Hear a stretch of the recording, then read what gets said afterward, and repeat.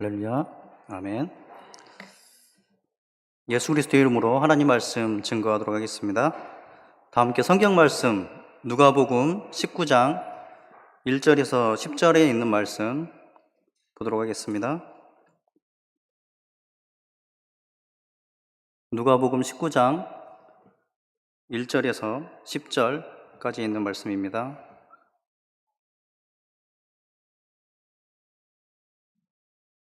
제가 읽도록 하겠습니다. 예수께서 여리고로 들어가시더라. 삭개오라 이름하는 자가 있으니 세르장이요 또한 부자라. 저가 예수께서 어떠한 사람인가 하여 보고자 하되 키가 작고 사람이 많아 할 수 없어 앞으로 달려가 보기 위하여 뽕나무에 올라가니 이는 예수께서 그리로 지나가시게 되밀어라. 예수께서 그곳에 이르사 우러러 보시고 이르시되 삭개오야 속히 내려오라. 내가 오늘 내 집에 유하여야 하겠다 하시니 급히 내려와 즐거워하며 영접하거늘 무사람이 보고 수군거려 가로되 저가 죄인의 집에 유하러 들어갔도다 하더라. 삭개오가 서서 주께 여짜오되 주여 보시옵소서 내 소유의 절반을 가난한 자들에게 주겠사오며 만일 네 것을 토색한 일이 있으면 4배나 갚겠나이다. 예수께서 이르시되 오늘 구원이 이 집에 이르렀으니 이 사람도 아브라함의 자손이미로다. 인자에 온 것은 잃어버린 자를 찾아 구원하려 함이니라. 아멘. 우리가 살아가면서 많은 만남들을 이어가면서 살아가고 있습니다. 어떤 만남은요 기쁘고 즐겁고 또 의미 있는 그러한 만남입니다. 또 어떤 만남은 짜증이 나고 기분이 나쁜 그런 만남의 순간이 있을 수도 있습니다. 성도님들은 어떤 만남이 살아오면서 가장 기억에 남는 순간이었습니까? 우리 인생에 있어서 잊을 수 없을 만큼 그런 만남의 순간이 있었다면 언제일까요? 제가 생각에는 그건 바로 예수님과의 만남의 순간이라고 생각합니다. 성경에서 예수님과의 만난 사람들의 그 순간들을 살펴보면요, 예수님의 제자였던 베드로, 또 야고보, 요한은 물고기를 잡다가 예수님을 만났습니다. 또 레이는 세관에 앉아서 자기의 일을 하다가 예수님을 만났고요.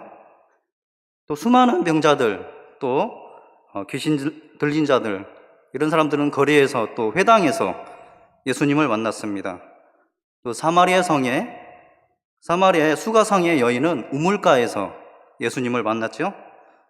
어떻게 생각해보면 이 외형적인 모습은 일상적이고 참 평범한 그런 만남이라고 생각할 수가 있습니다. 어떤 사람의 눈에는 이처럼 평범하고 일상적인 그런 순간일지는 몰라도 이 만남의 당사자, 예수님을 만난 그 사람들은 얼마나 극적인 순간이었는지 모릅니다. 예수님과의 만남이 정말 아주 특별한 만남이었고 그들의 회복의 순간이었고 또 생명을 얻게 되는 그런 순간이었습니다. 오늘 본문 말씀의 삭개오 역시 예수님과의 만남이 인생의 전환점이 되었고 예수님으로부터 아브라함의 자손이라 이렇게 인정을 받았을 뿐만 아니라 그 삶의 구원의 선포되는 그의 인생에 있어서는 아주 잊지 못할 가장 특별한 만남이 되었습니다. 오늘 이 시간에는 이 삭개오와 예수님과의 만남, 이 특별한 만남을 같이 살펴보고 성도님들과 함께 은혜를 나누고자 합니다. 먼저 1절 말씀을 같이 보도록 하겠습니다. 누가복음 19장 1절 말씀입니다. 예수께서 여리고로 들어 지나가시더라. 예수님께서 여리고로 들어 지나가시더라. 예수님께서 지금 여리고로 들러서 지나가신다고 말씀하고 있습니다. 이것은 지금 예수님께서 지금 가시고자 하는 최종 목적지가 여리고가 아니고 바로 예루살렘이었기 때문입니다. 누가복음 그 앞장 18장 31절에서 33절 말씀 함께 보도록 하겠습니다. 누가복음 18장 31절에서 33절. 예수께서 12제자를 데리시고 이르시되 보라 우리가 예루살렘으로 올라가노니 선지자들로 기록된 모든 것이 인자에게 응하리라. 인자가 이방인들에게 넘기워 희롱을 받고 능욕을 받고 침뱉음을 받겠으며 저희는 책짓질하고 죽일 것이니 저는 3일 만에 살아나리라 하시되 제자들은 이것을 하나도 깨닫지 못하였으니 그 말씀이 감추었으므로 저희가 그 이르신 바를 알지 못하였더라. 예수님께서는 지금 십자가의 고난을 감당하시기 위해서 예루살렘으로 향하는 마지막 여정을 떠나고 있었습니다. 그러나 아직 제자들은 그 의미가 무엇인지 잘 모르고 있었지요. 예수님은 예루살렘으로 가는 길에서 지금 여리고를 들러서 지나가고 있는 상황입니다. 이 말씀의 배경이 되고 있는 여리고에 대해서 한번 살펴보도록 하겠습니다. 이 여리고는요, 요단강 서쪽에 있는 지역이었습니다. 우리가 잘 아는 여호수아서 말씀에서 이스라엘 백성들이 가나안 정복 전쟁을 할 때 여호수아가 처음으로 입성한 곳이기도 합니다.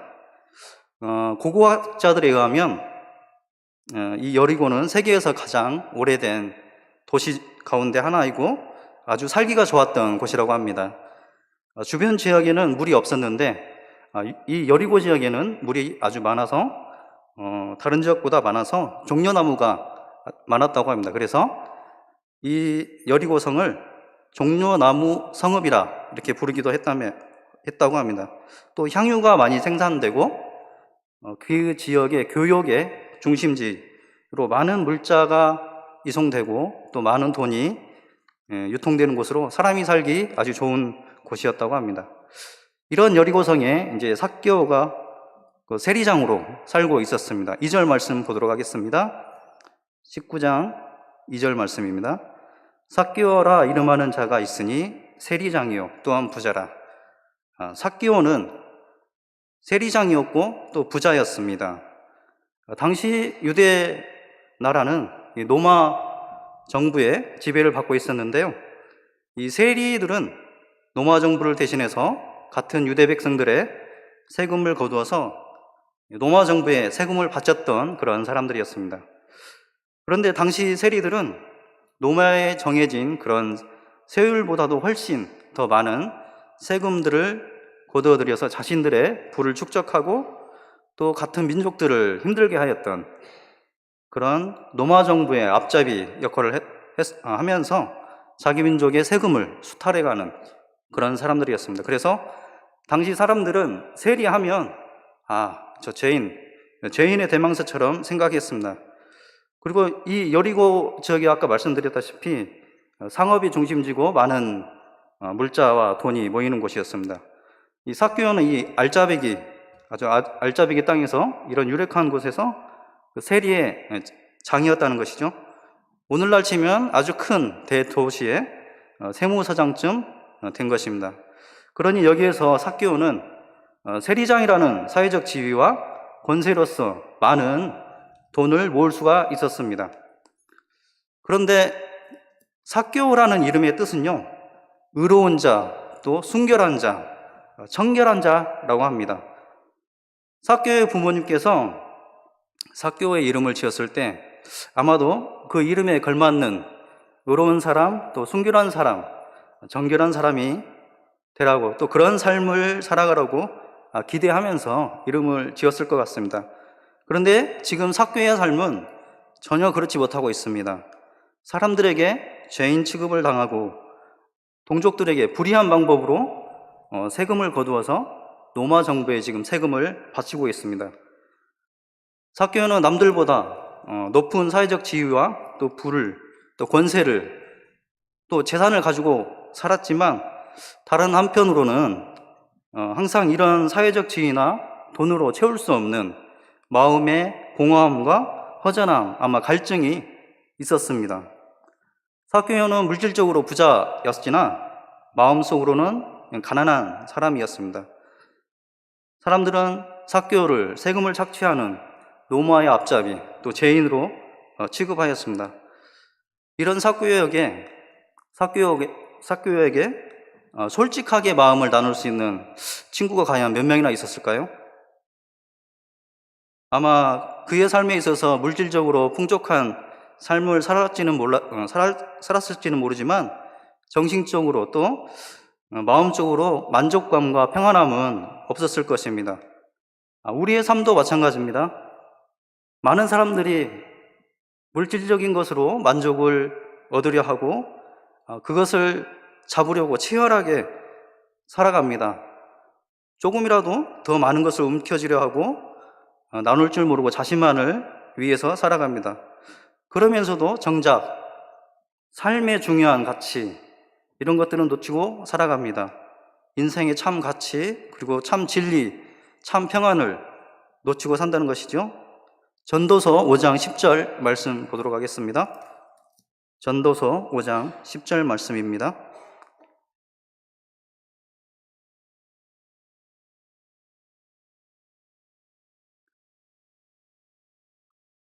전도서 5장 10절 은을 사랑하는 자는 은으로 만족함이 없고 풍부를 사랑하는 자는 소득으로 만족함이 없나니 이것도 헛되도다.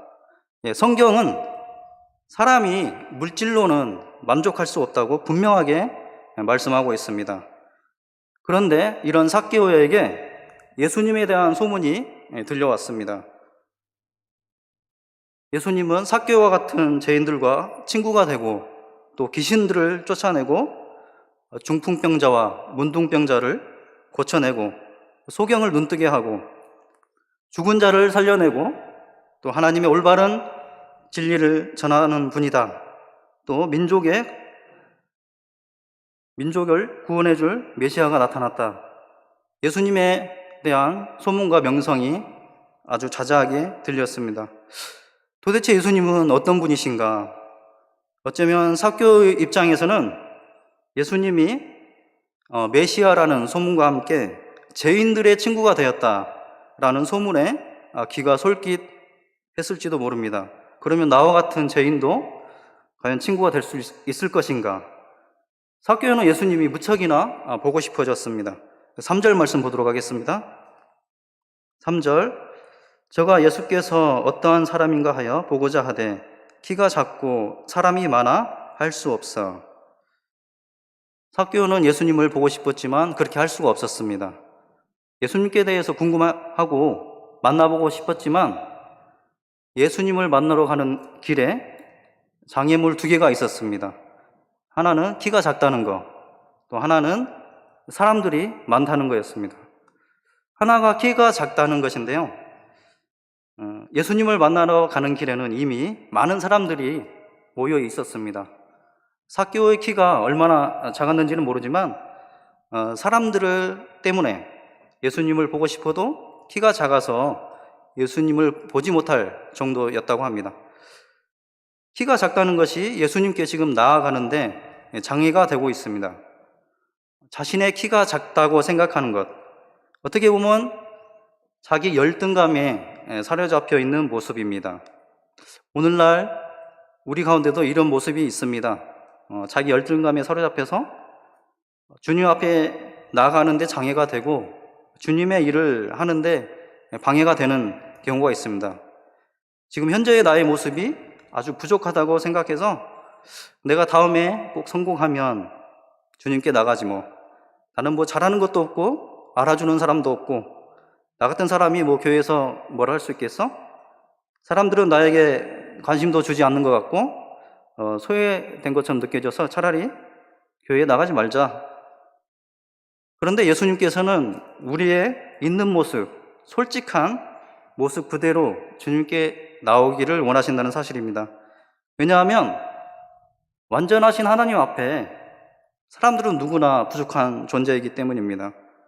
누구는 잘나고 누구는 못나고 이 하나님 앞에서는 모든 것에 의미 없는 일입니다. 또 문제가 되지 않는다는 것이죠. 하나님 앞에서 어떠한 열등감이나 꾸밈, 가식이 없이 우리의 있는 모습 그대로 또 진정성 있는 솔직한 마음으로 주님 앞에 나아가는 저희들이 되어야겠습니다. 삭개오가 예수님께 나아가는데 두 번째 장애 요인은 바로 사람들이었습니다. 삭개오가 예수님 앞으로 나아갈 때 이미 많은 사람들이 그들 앞에 서 있었습니다. 먼저 온 사람들 때문에 주님 앞에 나아가지 못하는 그런 상황이 되었습니다. 저는 이런 생각을 해보았습니다. 만약 사람들이 조금씩만 양보해서 또 배려해서 그 삭개오를 앞으로 보내주었으면 어땠을까 생각해 보았습니다. 우리가 사진 찍을 때 키 작은 사람을 앞에 배치하잖아요.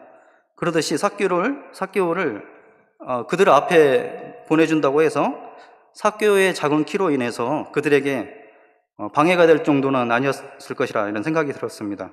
그런데 그들은 한치의 양보도 없이 자신들의 자리를 지키고 있었습니다. 오늘날도 마찬가지인 것 같아요. 먼저 신앙 안에 들어온 또 예수님을 만난 우리들이 믿음에 연약한 성도를 배려해야 한다고 생각합니다. 먼저 된 자가 믿음에 연약한 자를 배려해야 한다는 것입니다. 로마서 15장 1절 말씀 보도록 하겠습니다.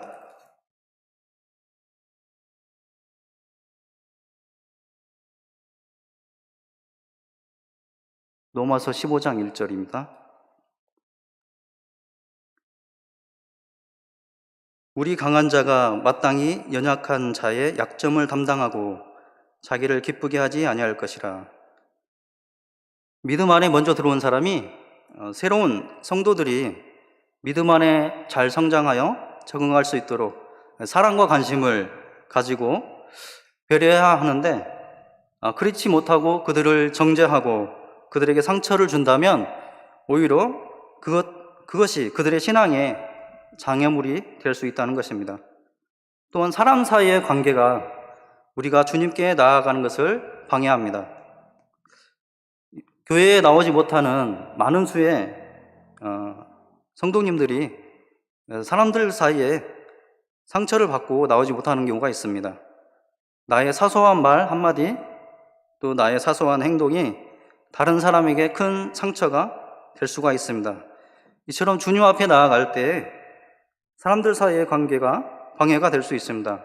나 자신의 열등감, 또 사람 사이의 관계가 아주 좋지 못할 때, 주님 앞에 나아갈 때 이런 장애물이 있다면 여러분들은 어떤 선택을 하시겠습니까? 주님 앞에 나아가는 것을 포기하시겠습니까? 그런데 삭개오는 낙심하거나 포기하지 않았습니다. 오히려 예수님이 지나가실 곳으로 더 앞으로 달려나가서 뽕나무 위로 올라갔습니다. 4절 말씀 보도록 하겠습니다.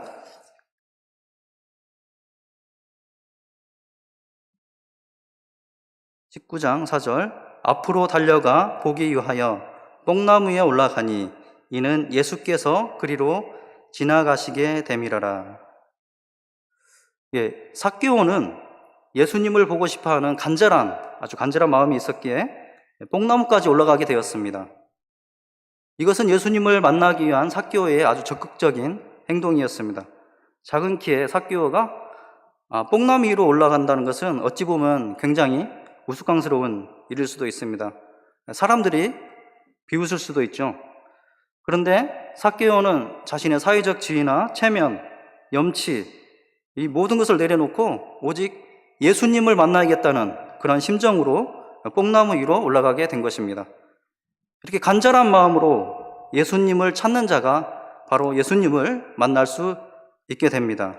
잠언 8장 17절 말씀 보도록 하겠습니다. 잠언 8장 17절.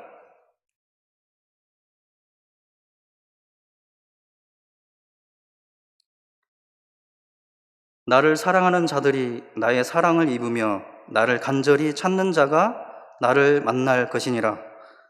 삭개오는 예수님이 그리로 지나가는 그 기회를 놓치지 않았습니다. 우리들에게 예수님을 만날 수 있는 기회가 무한히 있는 것 같이 생각될 때가 있습니다. 그런데 어쩌면 내일 일을 우리가 알 수 없는 우리에게, 또 내일 일을 우리가 확신할 수 없는 우리에게 오늘 지금 이 순간에 기회를 놓친다면 그 만남의 기회가 지나갈 수도 있습니다. 우리가 기회가 있을 때, 또 하나님이 가까이 계실 때, 만날만 할 때 찾아야 됩니다. 이사야서 55장 6절에는요, 너희는 여호와를 만날만 할 때에 찾으라. 가까이 계실 때에 그를 부르라. 오늘이라는 시간이 우리에게 주어졌을 때, 우리에게 예수님을 만날 수 있는 기회가 주어졌을 때, 매일매일 예배 시간을 소중히 여기고 우리도 간절한 마음으로 예수님과의 만남을 가져야겠습니다. 계속해서 5절 말씀 보도록 하겠습니다. 예수께서 그곳에 이르사 우러러 보시고 이르시되 삭개오야 속히 내려오라. 내가 오늘 내 집에 유하여야 하겠다 하시니, 예수님께서는 이 삭개오의 적극적인 믿음의 행동을 보셨습니다. 그리고 삭개오가 있는 곳으로 가서 삭개오를 올려다 보셨습니다. 그리고 삭개오의 이름을 불러주셨습니다. 예수님은 마치 삭개오를 그 전부터 알고 있던 것처럼 삭개오의 이름을 불러주셨습니다. 삭개오의 모든 것을 알고 있는 예수님께서 삭개오의 모든 아픔을 인정해 주시고 그의 상처를 어루만져 주셨을 것입니다. 삭개오야, 삭개오의 이름을 불러주었을 때, 삭개오는 예수님이 자기의 이름을 불러주었을 때 깜짝 놀랐을 것입니다. 어떤 분이길래 처음 본 나의 이름을 알 수 있단 말인가? 요한복음 10장 3절 말씀 보도록 하겠습니다. 요한복음 10장 3절.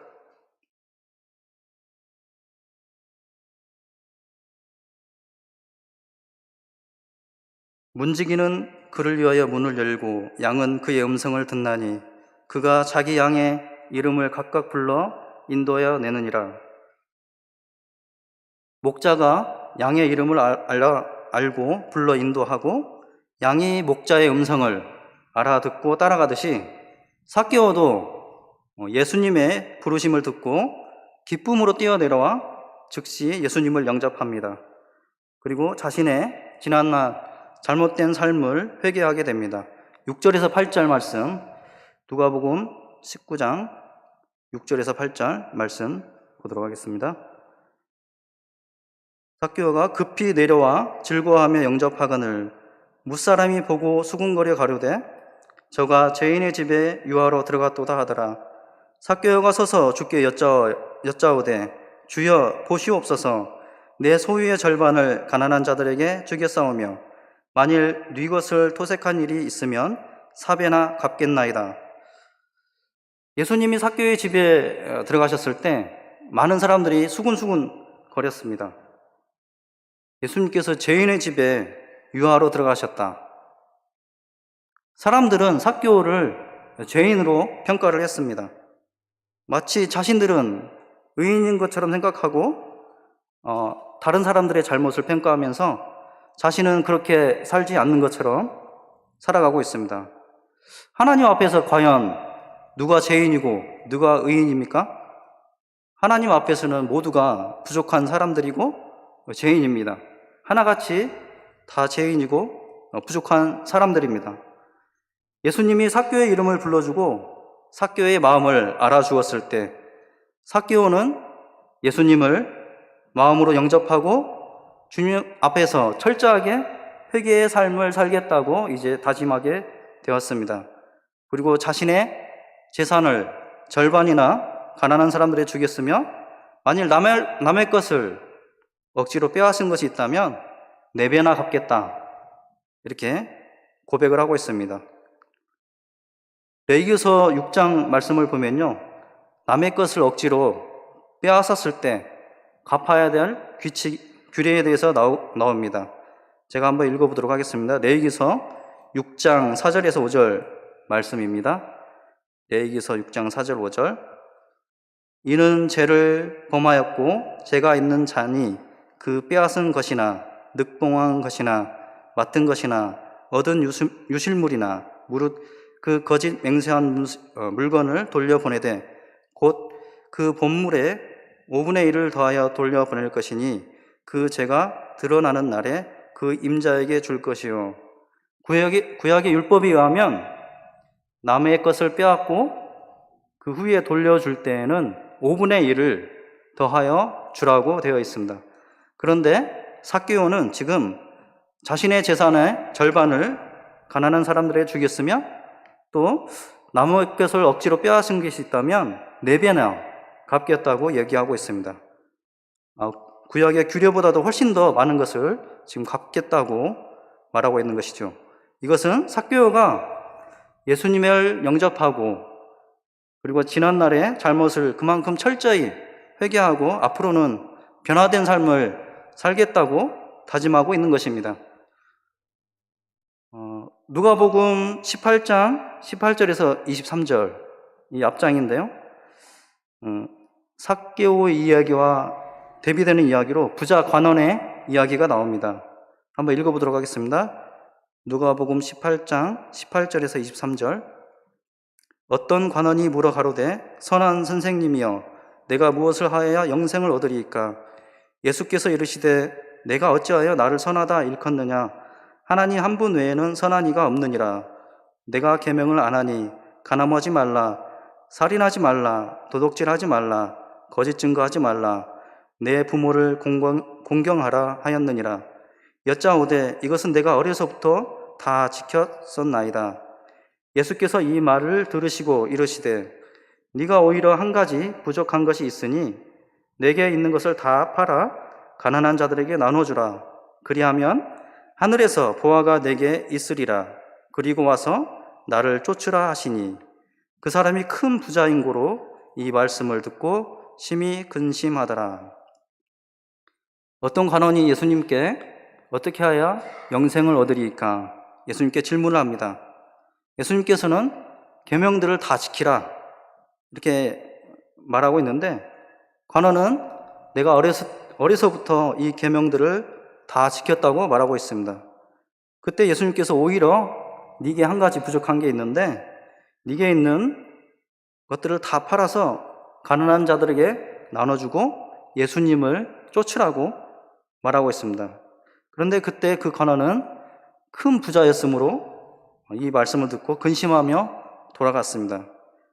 이같이 같은 부자임에도 불구하고 삭개오는 예수님을 만났을 때 회개를 하고 이웃사랑의 계명을 실천하며 살았지만 부자 관원은 그렇게 하지 못하고 근심하며 돌아갔습니다.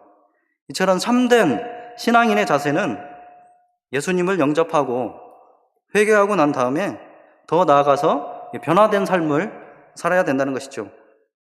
예수님의 말씀을 듣고 깨달았으면 이제는 과거의 잘못을 회개하고 변화된 삶까지 나아가는 데까지 실천해야 된다는 것입니다. 이렇게 예수님을 만나서 회개하고 새로운 삶을 살겠다고 결단하는 삭개오에게 예수님께서는 오늘 구원이 이 집에 이르렀고 이 사람도 아브라함의 자손이라 인정을 해 주었습니다. 9절 10절 말씀 같이 보도록 하겠습니다. 19장 9절 10절. 예수께서 이르시되 오늘 구원이 이 집에 이르렀으니 이 사람도 아브라함의 자손이미로다. 인자에 온 것은 잃어버린 자를 찾아 구원하려 함이니라. 예수님께서는 삭개오를 아브라함의 자손으로 또 구원받은 자로 인정해 주셨습니다. 그러면서 예수님께서 이 땅에 오신 것은 잃어버린 자를 찾아 구원하려 함이라고 말씀하고 있습니다. 예수님께서는 잃어버린 자를 찾아 구원하려 오셨습니다. 오늘 본문의 말씀에서는 바로 삭개오가 잃어버린 자였습니다. 누가복음 15장 4절에서 7절 말씀 보도록 하겠습니다. 누가복음 15장 4절에서 7절. 너희 중에 어느 사람이 양 100마리가 있는데 그 중에 하나를 잃으면 99마리를 들에 두고 그 잃은 것을 찾도록 찾아다니지 아니하느냐? 또 찾은즉 즐거워 어깨에 메고 집에 와서 그 벗과 이웃을 불러 모으고 말하되 나와 함께 즐기자. 나의 잃은 양을 찾았노라 하리라. 내가 너에게 이르노니 이와 같이 죄인 하나가 회개하면 하늘에서 회개할 것이 없는 의인 99을 인하여 기뻐하는 것보다 더하리라. 마치 잃은 양 한 마리를 찾았을 때 그 양을 어깨에 둘러매고 기뻐하며 돌아오는 것처럼 죄인 하나가 회개하면 하늘에서 회개할 게 없는 의인 99을 인하여 기뻐하는 것보다 더 기뻐하신다고 말씀하셨습니다. 이 세상에는 삭개오처럼 예수님을 만나보기 위해서 고대하는 사람들, 또 참된 진리에 갈급해 있는 사람들이 많이 있습니다. 성령에 목마른 사람들, 예수님을 만나기 위해서 기다리는 사람들, 그저 주님의 옷자락이라도 뒤에서 만지고 싶은 그런 간절한 마음으로 예수님을 만나기 원하는 사람들, 또 주위에 꾸짖음에도 불구하고 예수님을 만나기 위해서 큰 소리로 예수님의 이름을 불렀던 소경과 같은 사람들. 여러분들은 예수님을 어떻게 만나게 되었습니까?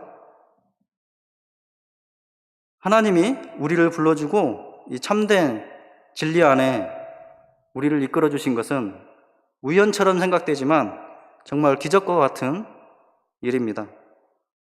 오래전부터 우리를 구원하기 위해서 계획하신 하나님의 그 계획과 섭리 안에서 우리는 예수님을 만나게 되었습니다. 수많은 사람들이 예수님이 오기 전에 예수님과의 만남의 순간을 기다렸지만 예수님을 만나지 못했습니다. 또 수많은 믿음의 선배들이 목숨 걸고 지켜왔던 신앙의 전승이 있었기 때문에 우리가 예수님을 믿을 수 있는 것입니다. 우리는 이 은혜에 감사하며 살아가야 합니다.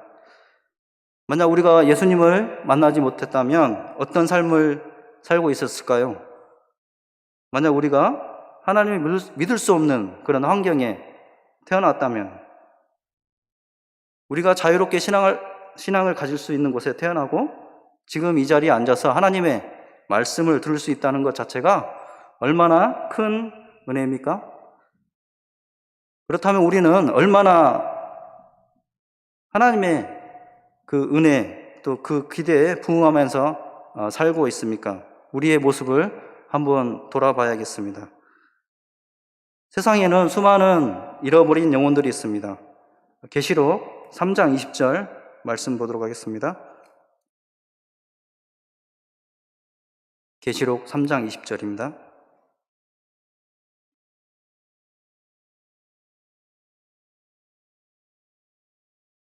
볼지어다 내가 문 밖에서 서서 두드리노니 누구든지 내 음성을 듣고 문을 열면 내가 그에게로 들어가 그로 더불어 먹고 그는 나로 더불어 먹으리라. 예수님은 잃어버린 자를 찾아오십니다. 그리고 우리들은 그런 잃어버린 자들에게 보내심을 받은 사람들입니다. 가까운 가족들, 그리고 주위 사람들, 한 사람이라도 예수님과의 만남의 자리로 이끌기 위해서 우리는 어떤 노력을 하고 있습니까? 우리 주변에 잃어버린 영혼들에게 사랑과 관심을 가지고 그들을 예수님께 인도하는 저희들이 되어야겠습니다. 그리고 매일매일의 삶 속에 찾아오는 예수님과의 만남을 통해서 그 음성에 기울이며 날마다 새롭게 변화되는 삶을 사는 우리들이 되기를 예수님의 이름으로 축원합니다. 다 함께 묵도드리겠습니다.